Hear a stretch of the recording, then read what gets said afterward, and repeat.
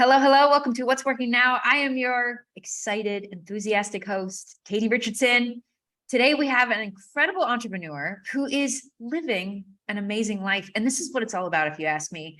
Yes, we are building a business to help people in their life through products and services. And if we can do that in a way where it benefits us and our family, like to me, that is the ultimate. And this is why today we are talking to Joe McCall. Joe, I'm gonna read your bio. Joe is a real estate investor, podcaster, and coach. He likes to travel all over the world with his family for months at a time. I mean, that's significant. That's not little. It's not a typo.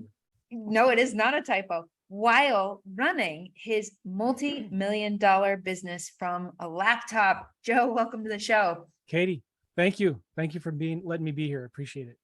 Yeah. I mean, you really are living the dream. And I know that wasn't always the case. And you can answer this question any way that you want, but tell us the story of an experience that has really formed and shaped this view that you have on the world today. Yeah, I appreciate that. I grew up poor, didn't know it because my parents were amazing. But I knew I wanted more, right? And I did what everybody's supposed to do, go to college, get the degree, get a ton of college debt, and then sit in a cubic hell that you hate. And it's just like depressing. And this is the rest of my life. And I didn't want that, right? So I started reading books. Rich Dad, Poor Dad was one of them, started getting me excited about real estate. And then I became a professional student for like 3 years, right? Like I bought every course, every coaching program, every boot camp that I could get my hands on. Okay. And even ones I couldn't buy, I would, borrow from friends or buy used on eBay or something like that. Right. And started doing real estate, but I was always afraid to take massive action. So I would take a little bit of this and a little bit of that and try to make it my own thing. And I bought a bunch of properties in 2005 and 6 at the height of the housing market.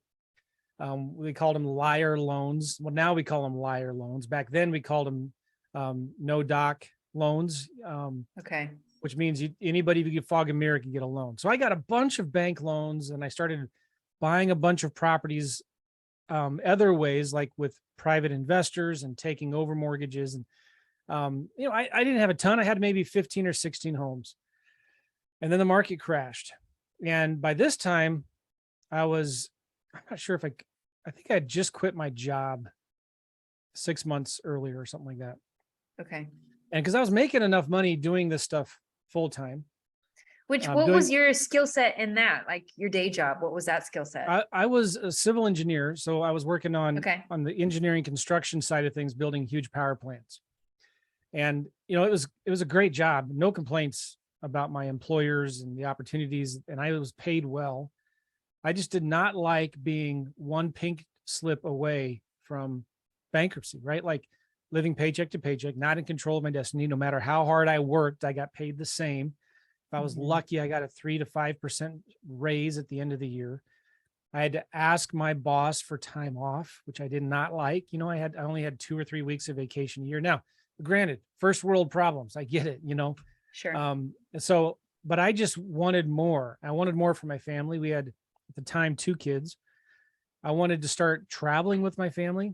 I wanted to, we were right after I quit my job. This is when it all hit me. Like we were in Colorado visiting some family and we thought, why don't we just stay another week? And I said, okay, let's do it.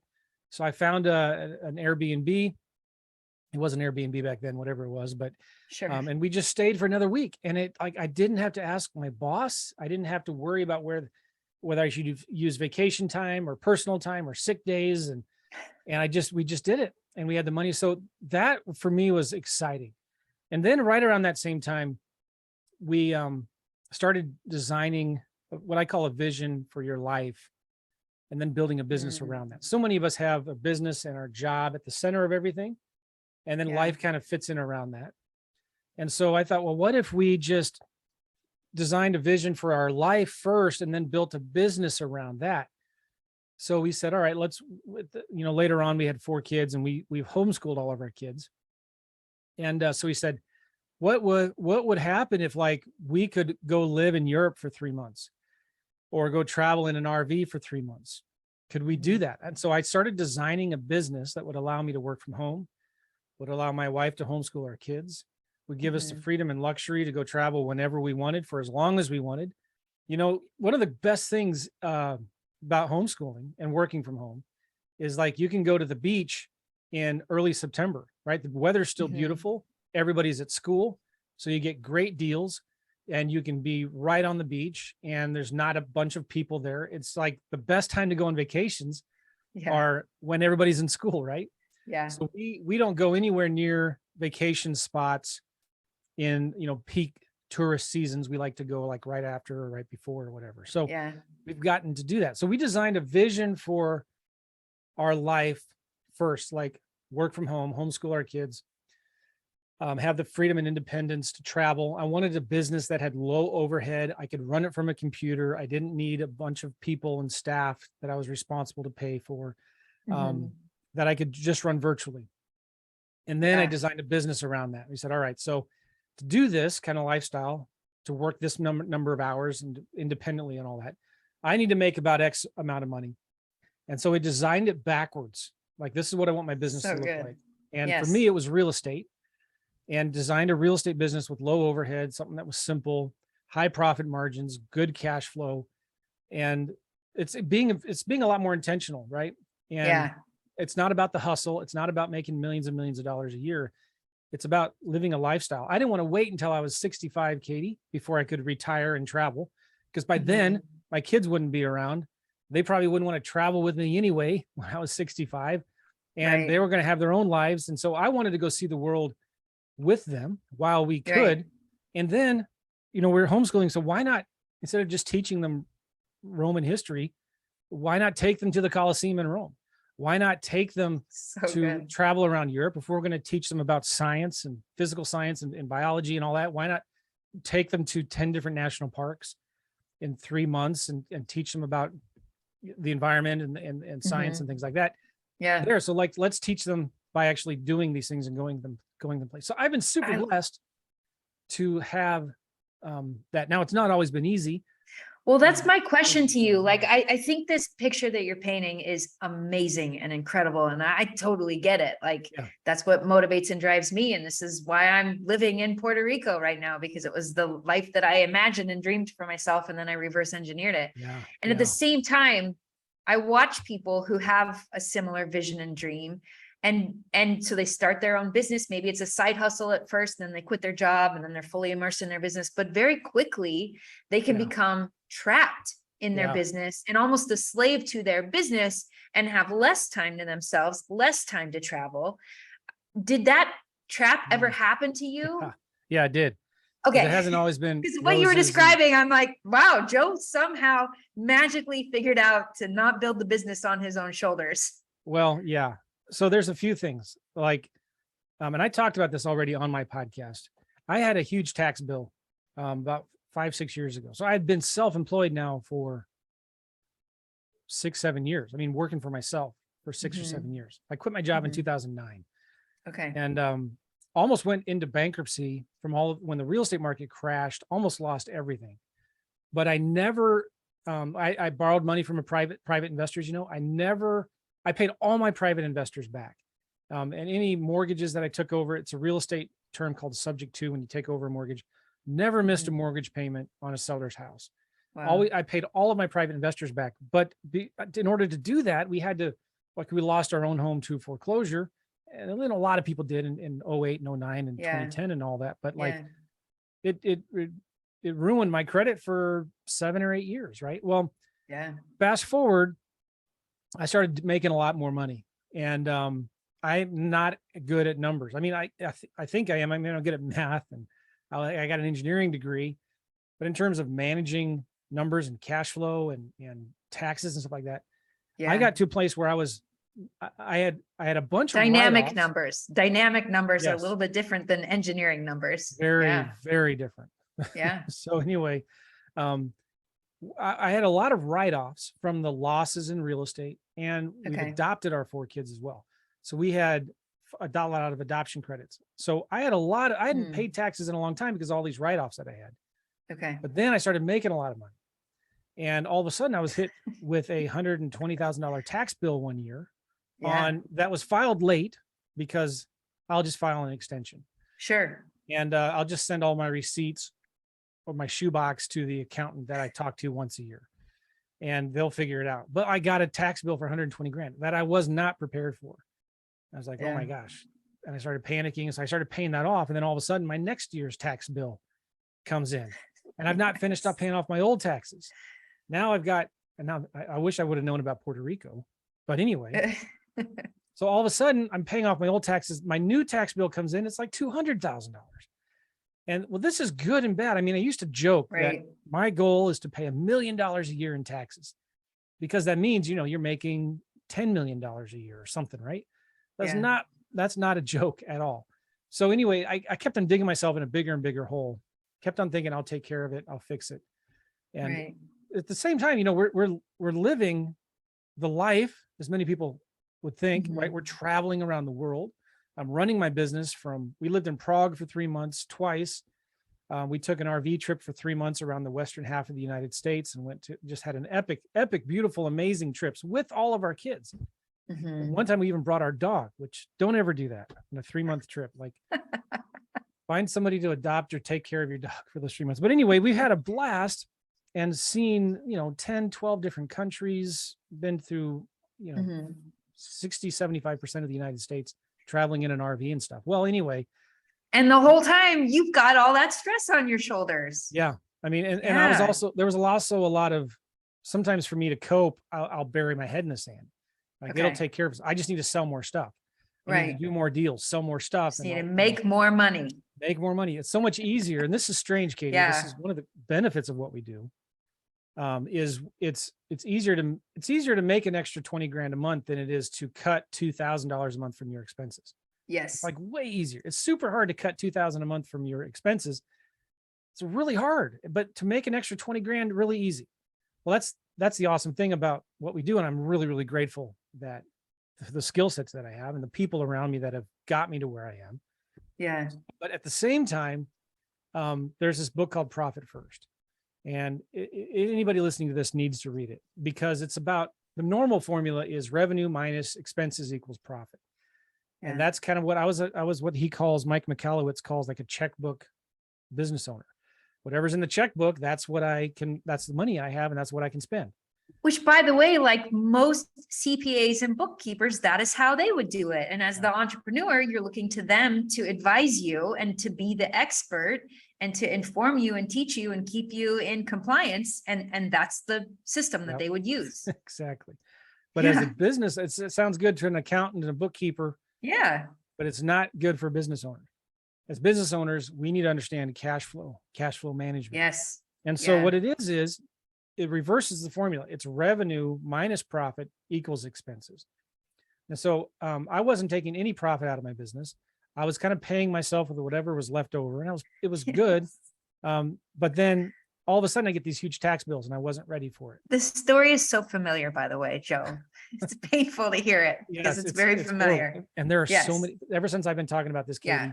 you'll be shocked at the people that you and I both know that have come up to me and said, Joe, I had the same thing happen to me, or I'm in the middle of the same thing right now. Right. Right. Yeah. So there are so many, especially digital nomads, these guys and gals that are out there making money online. Right. They're not thinking about these things. And they'll tell you the millions of revenue that their business is making, but they're not putting any of that money in their pocket. Yes. Almost none of it. Yeah. And keep going. They're not current on their taxes. They're keep on No. filing extensions. Yes. So, okay. My story is about pretty bad. I mean, I thought it was really bad until I started talking about it, Katie. And then people started telling me like, oh man. So, okay, let me finish. I was all of a sudden, I've been kind of like trying to pay off my old taxes, getting more taxes, paying penalties and interest. And they kept on sending me letters, and I would go and every time I'd go get the mail, I would, go through the things and throw them away before my wife got to see. I wanted to shelter from all of this, So anyway, I finally got a call from an IRS agent and said, Joe, you need to come into my office. And he has an office about 20 minutes conveniently from my house. Your heart racing? Jeez. Yeah. So I'm like, oh my gosh, this is it. So I go to meet him. I'm nervous. Here's the thing too. I got to explain this. You can negotiate with the IRS and, but you can't claim hardship unless you really have hardship. What that means is like, you can't negotiate with the IRS when you live in $1 million house and you have 2 or 3 cars that are free and clear and you don't have a bunch of debt and you're making, 500 grand a year. You can't negotiate with. Now, some of you are thinking, Joe, you did, what?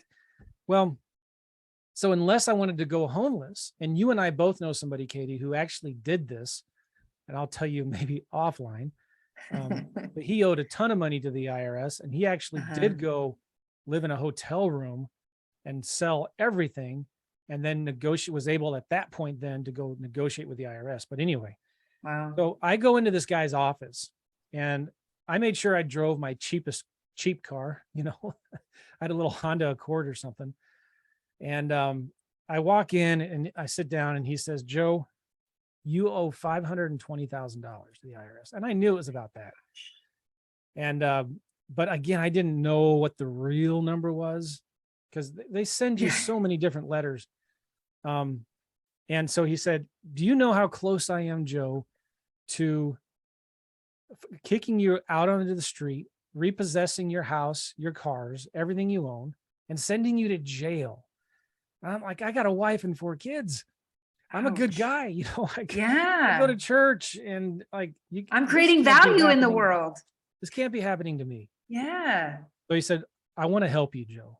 And I was trying so hard not to bawl, right, and cry. Yeah. Yeah. And he said, I want to help you. I said, okay, I need help. And this was kind of like, this is really when I started pulling my head out of the sand and facing the problem head on, like ripping the Band-Aid off, not trying to. So I said, I need help. He said, you need to stop paying your old taxes. Cause I kept on digging myself into a bigger hole. It's kind of weird. I don't even know still how to this day it happened. Cause I was paying a lot of money every month to my old IRS bills. And he saw that. So that was probably good that he saw me making payments, but the problem kept on getting bigger and bigger and worse. Yeah. He said, all right, number 1, stop paying your old taxes and get current on your current taxes. And then when you're current with your current taxes, then we'll put you on an installment plan for what you owe. I'm like, okay, that'll be great. So I hired somebody to come and help me. And I gave her this book, Profit First. And she's like my operations manager / accountant. And I said, I am not. Did this IRS guy give you that book or you just discovered it on your own? No, I kind of already knew about it. Okay. But I knew, okay, now I need to implement You'd read it, but hadn't taken action on it? Yes. I'm a little embarrassed by that, but no, that's okay. I love this. So I said, I knew I needed to do that. We've all done it, Joe. I hired this lady. She's very, very good. And I said, I want you to manage my numbers, my books for me. Like I want you to control all of that. And I trust her. And I said, I gave her the book. I said, I want you to implement this book. And she had already read it like 3 times, which is awesome. And so she said, let's do it. And so I went on a super strict financial diet for probably 3 or 4 years. And I immediately, well, not immediately, within about 6 months, I got current on my current taxes. Wow. And it's not like we still live in our nice house, and I still have my nice cars. They're 5 or 6 years old, but I got nice cars. Yeah. And so when I say sacrifice, I stopped spending all this money that I was spending. Right. Yeah. So all of a sudden within 6 months or so, 8 months, we got current on the current taxes, which was such a huge relief because we started implementing Profit First. Every dollar that came in, we immediately took, we didn't even take any off for profit because I owed so much in taxes. We immediately took out the current taxes that we owed, which was maybe 20%. We had this plan to pay it off, our current taxes in 6 months. So we took out 20% for current taxes. And then we took out another 5 or 10% for my salary. And then everything else went to business expenses and overhead and Facebook ads and marketing and stuff like that. And then after that was paid off, we then took off 20 or 30% that went to pay off the old taxes. I put myself on payroll. And so every 2 weeks now, my payroll company is taking out an ungodly amount. It makes me mad every time I see it, but they're taking out my taxes every 2 weeks. And then we still send in quarterly payments and all that. But here's my whole point. I got somebody else who was good at it. And I said, I need help. I admitted I need help. And I said, please take care of it. And she did. So within about 2 years, we got current on my current taxes, paid off all of my old taxes, about $520,000, which still to this day, like, blows me away. Wow. And there's a whole nother story component about, because we couldn't buy a house with this huge tax lien on our credit. Yeah. Yeah. So we were doing creative owner financing, and it's kind of this house that we're in, we bought it with a lease option. So we're leasing it with the option to buy in the future. Then we converted it to owner financing, where we were paying a ton of interest, and the deadline was coming up where we had to refinance. We had to get a traditional mortgage. And so I'm just panicking and a lot of stress, but we got all of that taken care of within a couple of years of really pulled my head out of the sand. I said, we're gonna face this head on. Yes. We're going to make the sacrifices. We're going to make this work and get it taken care of. Yeah. So since I started sharing that, Katie, like, tons of people are coming to me telling me, man, I owe $1 million to the IRS. I owe 100,000. And I thought that was bad. Now I feel better when I hear your story that you owed 500,000. Right. So, it's important that you know your numbers, and if you're not good at managing the numbers, get a spouse to help you with the books. You need to have somebody else hold you accountable to the metric, because it's easy to make money and it's easy to spend it. Well, I say it's easy to make money, but like, it kind of is, right? But some of you, though, it may be hard to make money and you're good at the discipline of paying your taxes and stuff, but we all have our own weaknesses. Sure. There's a lot of the people that are the visionaries, that are the ones that are always creating things and are good at marketing. It's hard for us to, like, step aside and say, I need to make sure that these things are taken care of. Russell Brunson has a similar story he's talked about, where he found out his bookkeeper who wasn't qualified, wasn't good for but hadn't paid any payroll taxes in a couple of years. Right. So anyway. Yeah. Yeah. I mean, I really appreciate you sharing this story and this experience, because every entrepreneur has gone through this, Joe. Like, when we make this decision to become an entrepreneur, we're really fascinated with the idea of our product, our service, whatever that is. We're not fascinated with the books. We're not fascinated with paying the tax bill. Like, that's not part of the equation. And we have this mentality that if I make enough money, all that stuff will take care of itself. And it doesn't, because the bookkeeping and CPA system is broken. It's broken.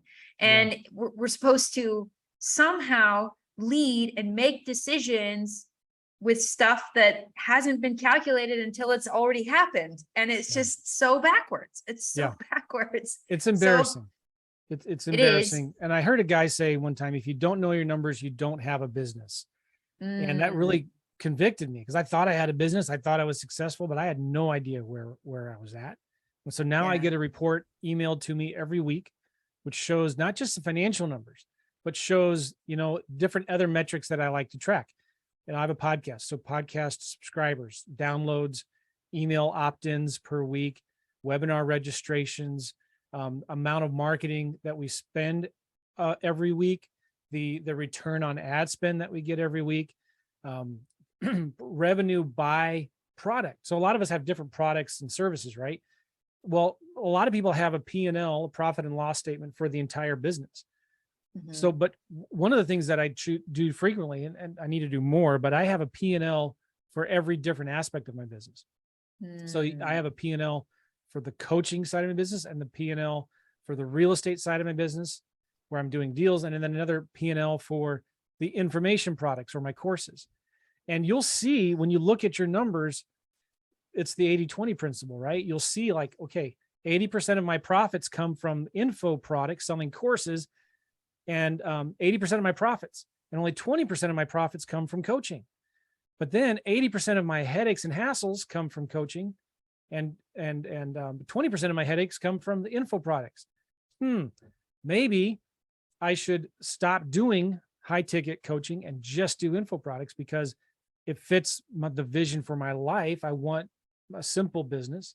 It's not about how much I make, it's how much I keep. And I want to be I don't want to come home, be crabby in the evening after work with my family. So like, I need peace of mind, and my family's more important than my business.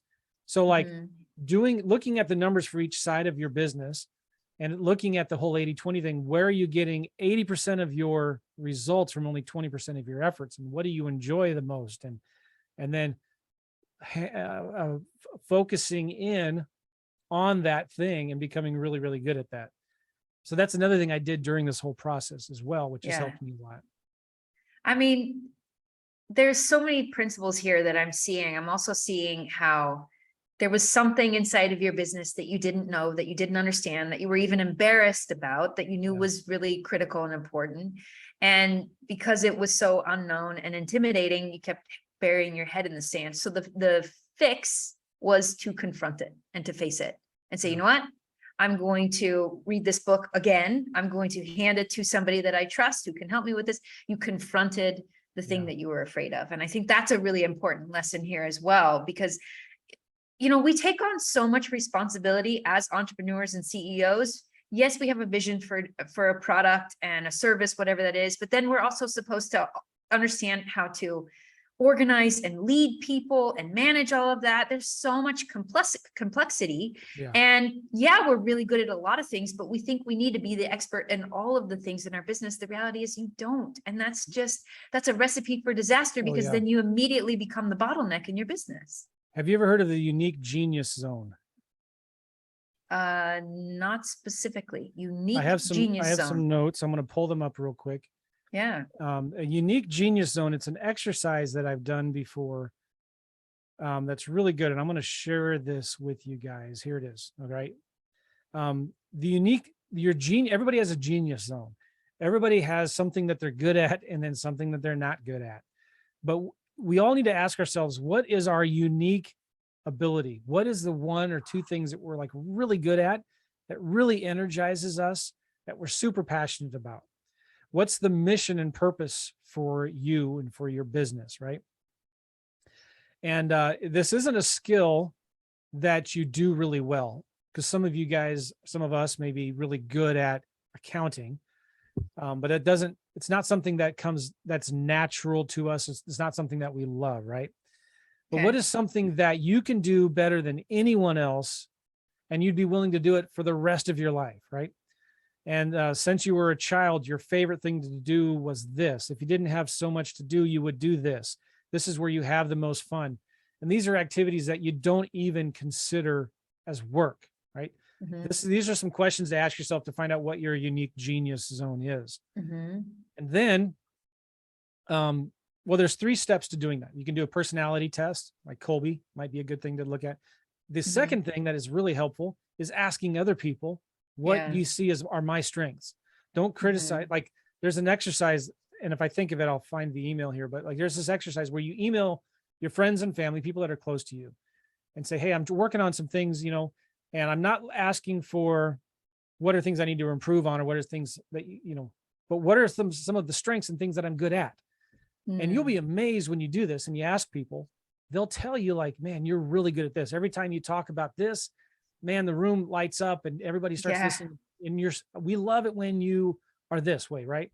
So Uh-huh. ask others, and then you need to ask yourself, well, what do you love to do? And then there's 3 things. What do you love? What do you tolerate? And what do you hate? And so if you Mm. can make up those 3 columns, list the things in Yeah. your business that you love to do, the things that you just kind of tolerate, and then list the things that you hate.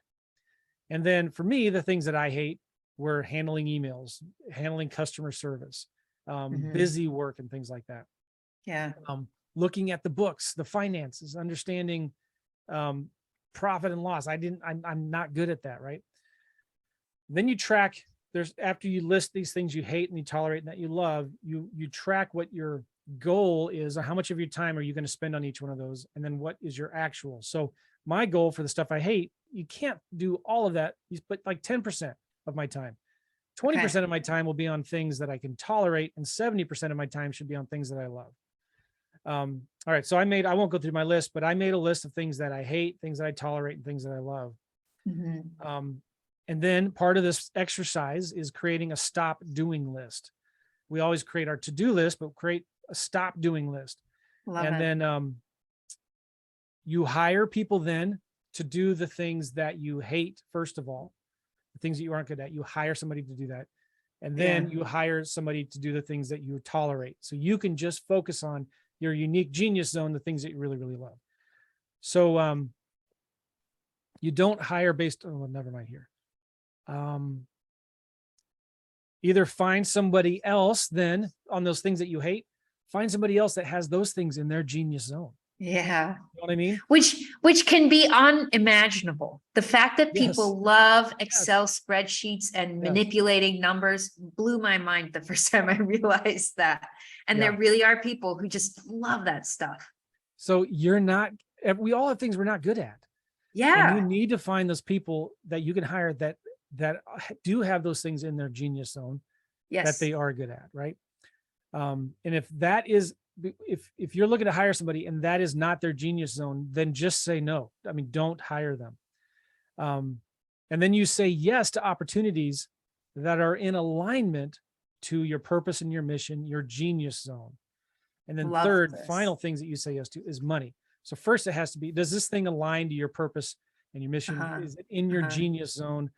And that's so important that people kind of forget about doing. So, I made a list of things that I enjoy doing. This was all from a workshop back in 2017. So this was 5 years ago. Yeah. What are the things that you enjoy doing, the things that you don't enjoy doing? And then sending out an email. Oh, here it is. I've got the email. You ready? Can I read you this? It's like like 2 paragraphs. This is the email you send to your family and friends, just a dozen people that are close to you, right? I have what might seem like an odd favor to ask of you. I'm trying to make some decisions about what I really want to work towards this year, and I could really use your help. I've been exposed to a concept called my unique genius zone. It's based on the idea that everyone has a unique set of talents, interests, and capabilities that they're passionate about that can be used to create a lot of value in the world. Everyone has a genius zone like this. And the challenge is it's usually pretty tough to figure it out on your own. So I'm trying to hone in on mine. And God knows I have plenty of faults too, but I'm trying to figure out my areas of gifting right now. So because I value your opinion immensely, I was wondering if you could think about this question and send me back an answer to this question. What do you see as my unique genius zone? My unique genius zone includes any of the things down below that you see or anything else that you think might help me identify my areas of gifting. Things like talents and abilities, characteristics that describe me. What am I good at? How I do things. What can you count on me for? What can you count on me for? And any other distinguishing features you see about who I am. It would really help if you could get back to me in 3 days with your thoughts on this. So good. Super good, right? And when you combine that with different strengths finders or personality tests and things like that, when you get the feedback from people, you'll start to realize, oh man, that's absolutely right. I love doing this and I don't like doing this. And it helps you just really, really clarify. So for me, when I was in all of that financial trouble with the IRS, I realized my unique genius zone is not managing the books. I've got to hire somebody else that does that. And the lady that I hired, Whitney, she's really, really good. She loves numbers. She's very disciplined. She's not what do you call, I'm not a frugal spender. What's the opposite of frugal? I don't know. I just you like luxury. Yeah. Well, she's very frugal. She's like, every time if I'm going to buy something, I'm always thinking, okay, what is my accountant going to say about this? So it forces me to think about, do I really need this thing? Because I don't want to have to answer to her when it comes time when we're reviewing the numbers, because, all right, so that's not my genius zone. I hired somebody who has that as their genius zone. That's just an easy, quick way to stay out of trouble. Well, I appreciate you taking the time to walk us through this whole process, because like my desire internally, personally, is to do the things that light me up. And for me, that is to help other people do the things that light them up, right? As a coach and as a mentor.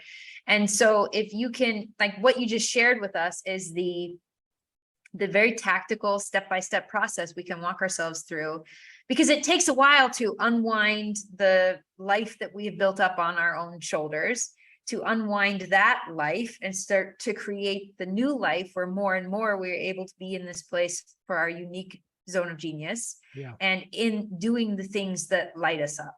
Mhm. And I really feel like that is a part of our purpose here in this life, Yeah. is to take the gifts and talents and abilities that are already inside of us and to develop them further. And we can't do that if we're not spending time executing them. Isn't that true for our kids too? Like all our Totally. kids have unique genius zones. And Absolutely. I've been thinking about that a lot. Like each of my 4 kids, what really lights them up? What are they passionate and excited about? Mhm. And I love doing business. I love marketing. I love making money. Some of my kids don't. Yeah.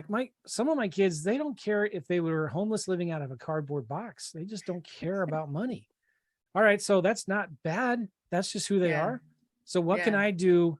And I mean, I think obviously they would, if they were doing that for a couple of days, they would probably change their mind. But like, how Sure. can we find the people that we love in our family and the people that work for us and things like that? We need to know what their unique genius zones are as well. And it's not that hard. And sometimes it may be personality tests that we have everybody go through, but it's also just being a student of your kids, of your spouse, and really trying to find out what makes them tick and what makes them come alive. Joe, one of the other things that I see as I hear you tell these incredible stories is that you're a man who has the courage to ask difficult questions. And from those difficult questions, become extremely intentional in your life. And I think it's easy to kind of drift through life and do the things that we should do or that we are supposed to do. And that is a very unfulfilling life.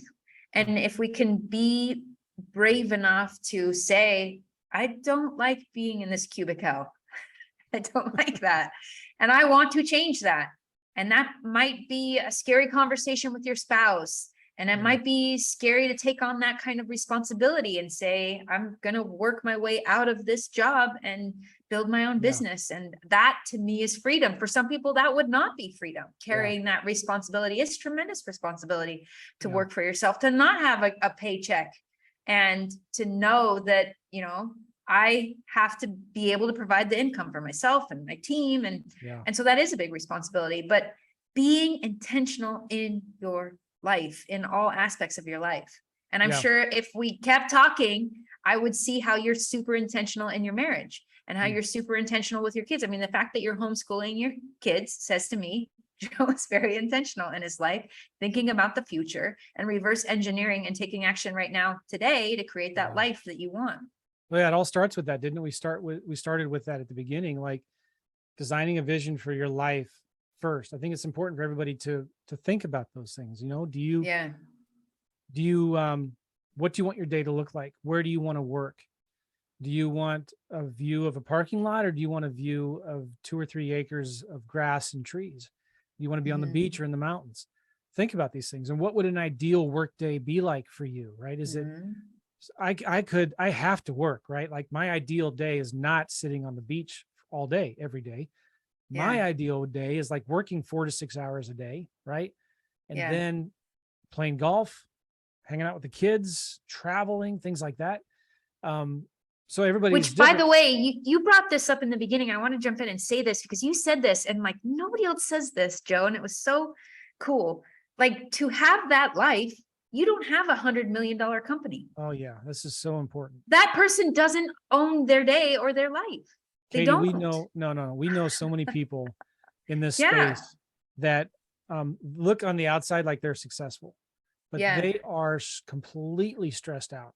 They're making 10 million a year, but their expenses are 9.9 million a year, right? Yes. And so that's not how much you make. It's not even, here's the thing. Like, I wish I could tell you, like, I've talked to people very, very privately and confidential that are from the outside. You think they're killing it, but they've got $1 million homes on the market that they can't sell. And they're freaking out. Like they've got hundreds and hundreds of thousands of dollars tied up in a project or a business that did not go as planned. right? Right. They have a $500,000 a month beast to feed every single month. Mhm. And that Yeah. pressure of having to Yep. make 500 grand a month just to break even, Right. it's crazy. And then so that's freaking them out, and they're spending 70, 80 hours a week in their business. That's going to Mhm. affect their marriage. It's going to affect their relationship with their kids. And Yeah. then all of a sudden that starts falling apart. The business starts falling apart. And man, I mean, it's scary. So I do not want to get myself in that position. I do not. Yeah. So if you look at, like, it doesn't matter what your opinion on debt is, if it's good or bad, right?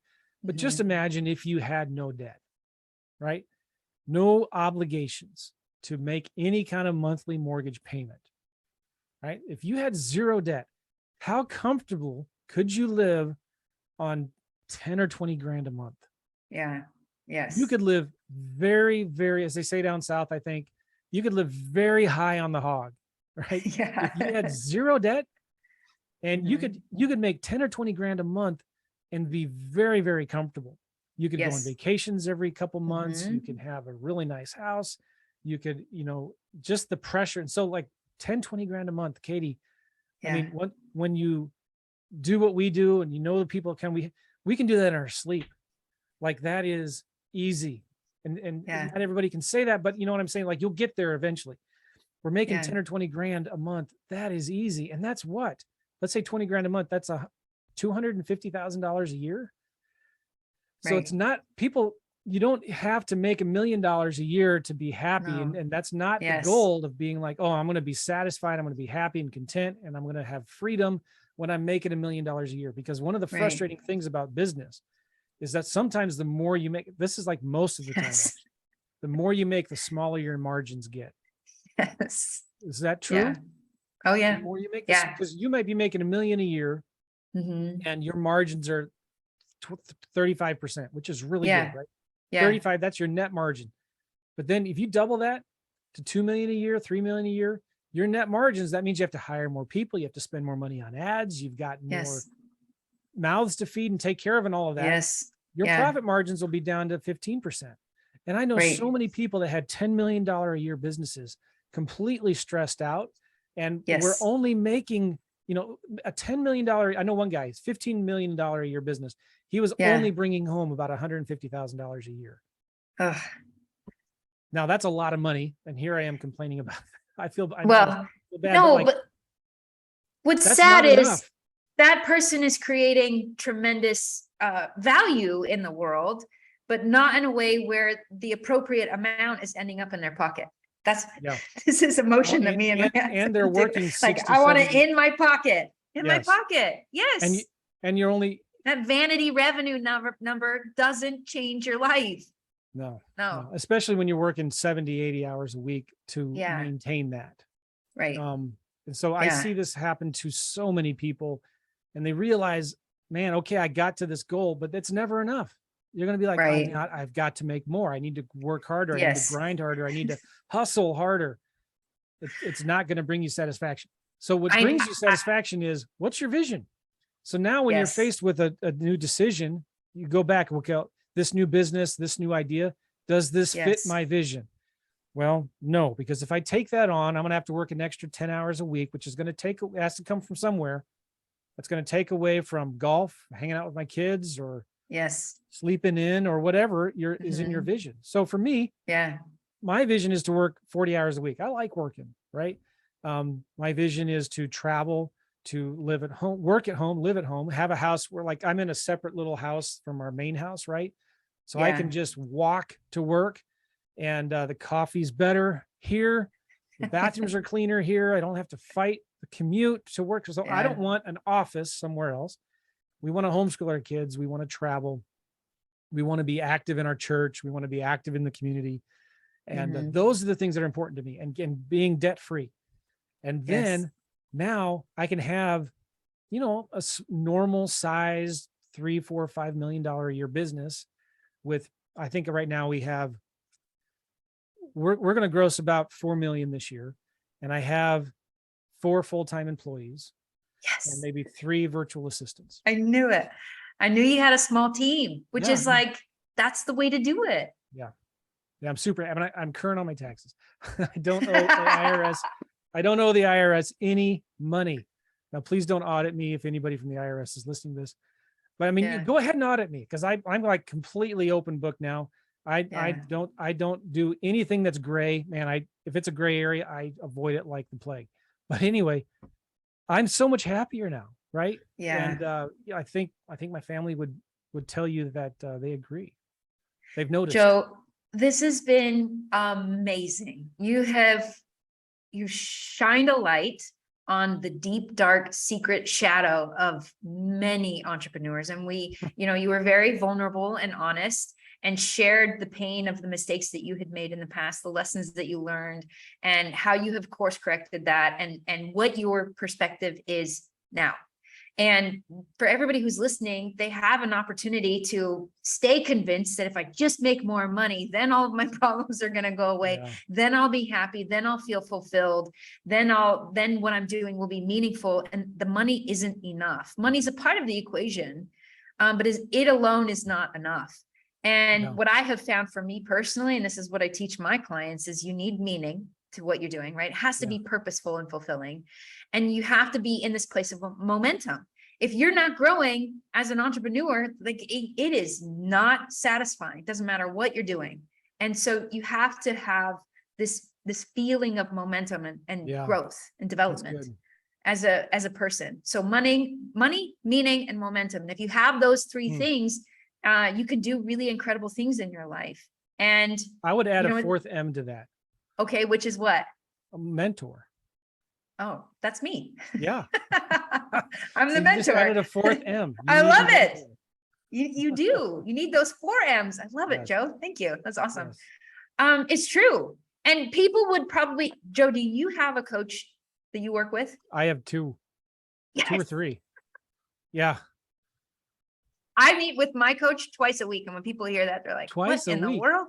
Yeah, I love it. I look forward to it. That's awesome. Because I am a growth addict and junkie. I mean, I've never used those words. I just love it. Yeah. It excites me. It lights me up.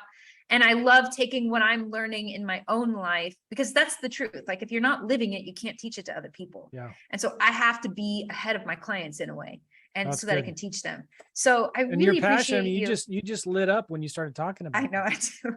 That's awesome. And that's the other thing. Like people are surprised when they hear that I do one-on-one coaching, right? That's very high touch. It's very custom. You have no idea how much it energizes me. Wow. I am spilling over with excitement after my coaching sessions. I love it. My neighbor is an incredible YouTuber, and he has huge revenue in his business, and it's all these he doesn't touch anything in his business. He doesn't touch his people, like his customers, and he doesn't understand my business model. And I'm like, you don't understand. Like I look forward to my coaching calls. It excites me and energizes me to make such a big difference in somebody's life. That's awesome. And to see that transformation. Yeah. That's awesome. So building a business that excites and energizes you, that lights you up and gives you the freedom to go do the things that you want to do with the 4 M's. That's the secret. What were the 4 M's again? Money, meaning, momentum, and a mentor. I love it. That's really good. Yeah. So Joe, thank you for being Katie. the example and sharing really tactically how you have learned from these experiences in your life and the changes that you have made. I feel like this is a conversation that nobody is having, and it drives me crazy because this is the kind of conversation I have with my clients in private. But people don't see it publicly. And it's because there's a lot of guilt and shame, right? And you so bravely and courageously shared your personal story, which honestly is every entrepreneur's story. It is. And luckily you did something about it. So I really appreciate you sharing this incredible example. And I know that you have so much more that you could share. What are the best resources that you have for people? Because I know you've got so many gifts and resources and downloadables. So where do you want to send people?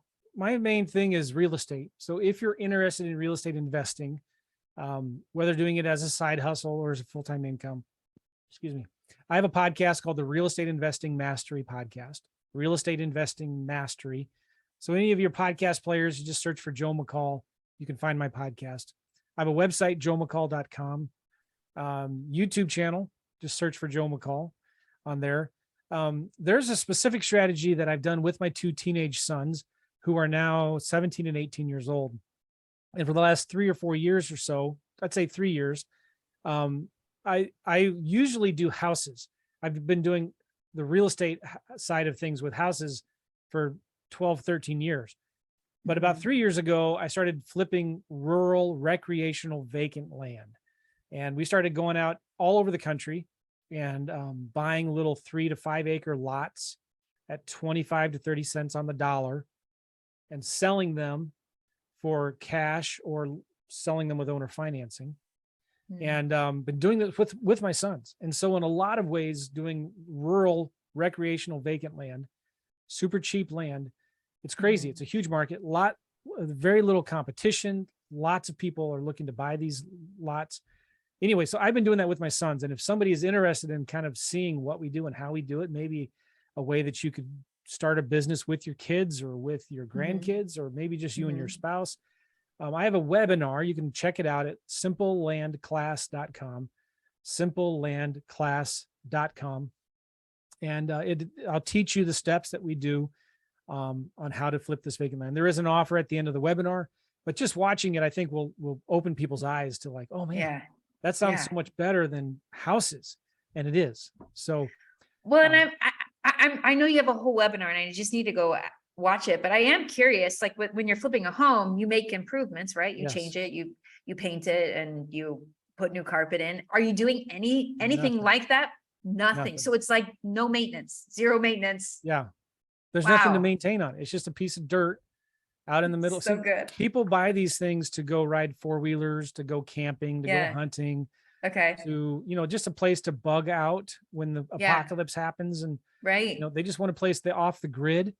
And there's a lot of people looking for those deals, looking for properties like that way out in the sticks. So we buy it for super cheap and we sell it for $5,000, $10,000 profit, or sometimes we sell it on owner financing. So we'll buy it for $1,000, $2,000, sell it for $10,000 and just get like $200 to $300 a month in payments for that. Yeah. So love this. Cool.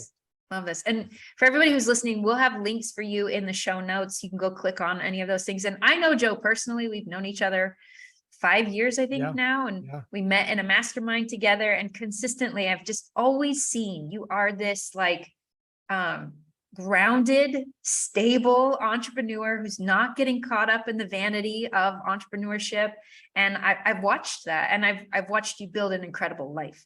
And that is why I wanted to dive deep today on your story and really share it with everybody who is listening. So thank you, Joe, so much for coming on. Been a pleasure, Katie. Thank you very much. Yeah. And for everybody listening, this is What's Working Now.